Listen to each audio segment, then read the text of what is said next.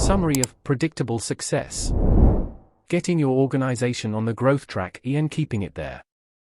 By Les McKeown. Understanding predictable success. Why do some businesses fail while others succeed? You won't find the answer simply by comparing balance sheets and money management. In fact, many well-funded companies still flop.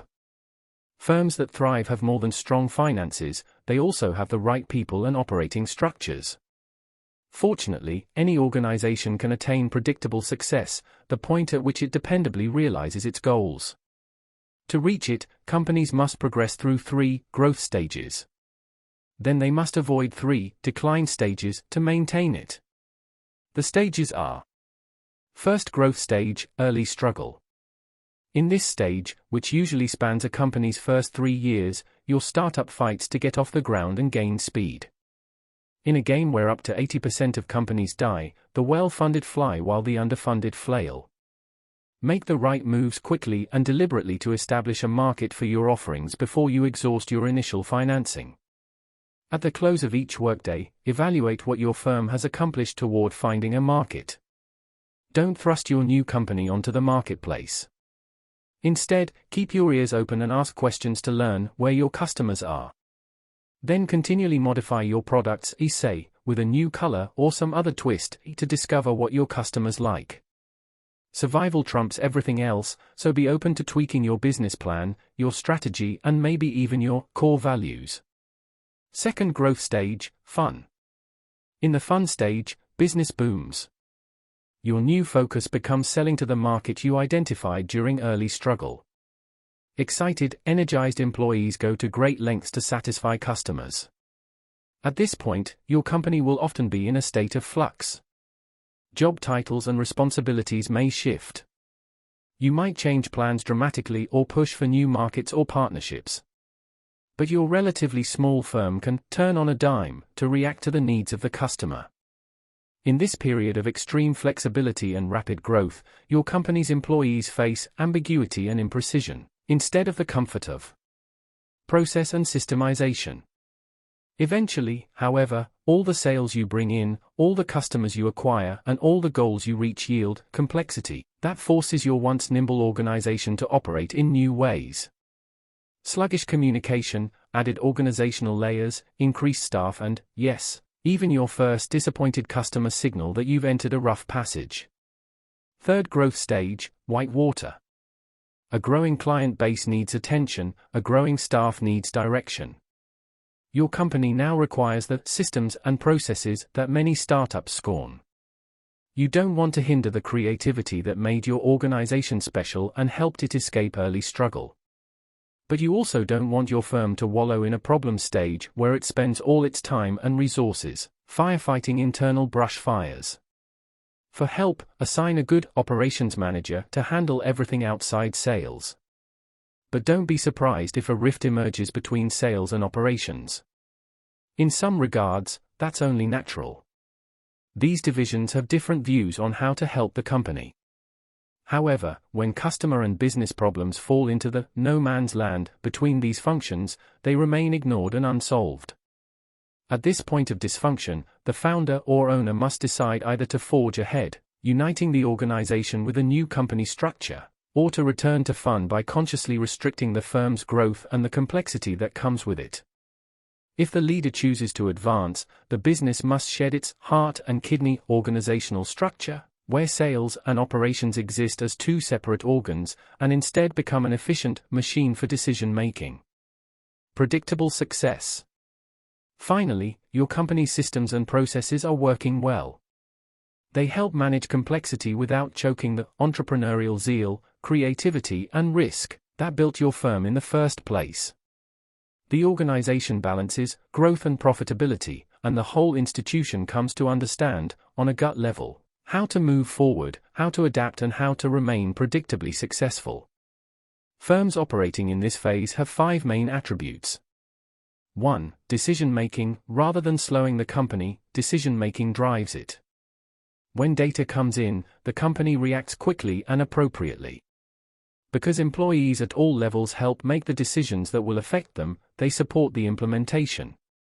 2. Goal setting. Managers set a course and see tangible results. 3. Alignment. The business provides sufficient, but not excessive, organizational structure and processes to help employees. Teams work well together. 4. Accountability. All staffers are self-accountable and externally accountable. They fully invest themselves in their tasks and their team's projects. 5. Ownership. This sentiment extends beyond the management. In fact, because of employees' sense of ownership, managers can focus on supporting, motivating, and leading them, rather than trying to propel business momentum single-handedly. Now your firm can handle any bumps in the road with the skill of an expert driver. And the business will need its driving skills, because constant movement is crucial to predictable success. Once your company arrives in this position, you cannot simply celebrate and rest your heels on your desk. Instead, you have to manage an exquisite tension, balancing each side of the equation that got you here. If employees begin to rely too much on systems, you will quickly slide out of predictable success. Equally, if they focus entirely on creativity, you'll be in Whitewater again. First decline stage, treadmill. If your firm implements too many systems and processes, and places too much emphasis on how rather than what, innovation will wither. Failure to achieve step growth, or periodic, substantial growth spurts, will cause the organization to run in place. Rote systems will bolster employee complacency, frustrating the management. Unfortunately, this treadmill stage is very difficult to escape. Essentially, you must seek a way to create new eyes in the firm. Scatter truth-tellers throughout the company, including on the board. Urge top managers to look outside themselves, for example, by hiring a coach for them or encouraging them to manage by walking around. They need to be in touch with the organization for it to avoid slow ossification. Second decline stage, the big rut. Spend too much time in the treadmill stage and your firm will fall into the big rut, where even company leaders become complacent. In this stage, visionary staffers leave, the organization actively squelches creativity and employees view customers more as an annoyance than as the firm's reason for being. A business in the big rut manages and makes decisions mainly for its own comfort. Only a few paths lead out of the rut, and they all involve a huge shakeup. For instance, another company might acquire the firm, or leaders may respond to a wake-up call, and achieve turnaround through a tremendous force of will. Without major interventions like these, the next step is permanent darkness. Third decline stage, death rattle. In the death rattle stage, the point of no return, organizations expire in one of three ways. Resources may dry up, leaving the company few or no means to generate sales. The firm may refuse to evolve with new technology. Think of the cassette tape manufacturers who failed to adapt to the rise of compact discs. Or, customers may abandon the firm, which seemed to have abandoned them long ago. The company is done. Approaching predictable success is building a machine for decision-making. To achieve predictable success, make your company into a machine for decision-making. This requires implementing new systems in these areas. Organization chart. A good organizational chart goes beyond reporting levels of seniority. It indicates who really influences decision-making. Create a chart that articulates the functions and positions needed to move your business forward, then identify their precise responsibilities. Sometimes a renewed organizational chart will expose a disconnect between individual workers and the positions they hold. You may have to replace them or help them grow into a redefined role. Lateral management roles. Managers tend to focus on their bosses and their direct reports. Now they must develop working relationships with other managers so they can proactively solve issues that affect operations. Alignment. Do employees' actions support the firm's larger goals? Ensure that all staffers are aware of what distinguishes the organization from its competitors. Cross-functional teams. Managers and teams in different departments must work well together to carry out executive decisions. Do not tolerate isolationism. Empowerment. As various work groups learn to collaborate, team members begin to trust each other and rely on each other's results. Ownership and self-accountability. Nothing is more crucial in this process. than accountability. It enables managers to shift their roles. No longer needing to push, they can pull instead, guiding employees and helping them to achieve the very best results. 1. Returning to predictable success. Building dynamic, people-oriented systems. When employees become too dependent on systems, they lose the skills and knowledge they need to work creatively and energetically. Checklists, for example, help ensure consistent results from complex processes, but if staffers rely on them heavily and stop thinking for themselves, they may forget how to do the task the checklist describes.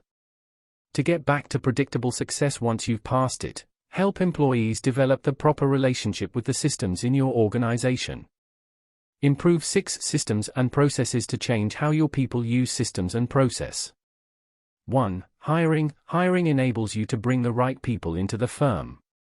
To ensure that your hiring process is competitive, look within and outside the company for candidates, and select people based on attitudes and attributes. Be willing to move people sideways in the organization if they do not qualify to move up a level.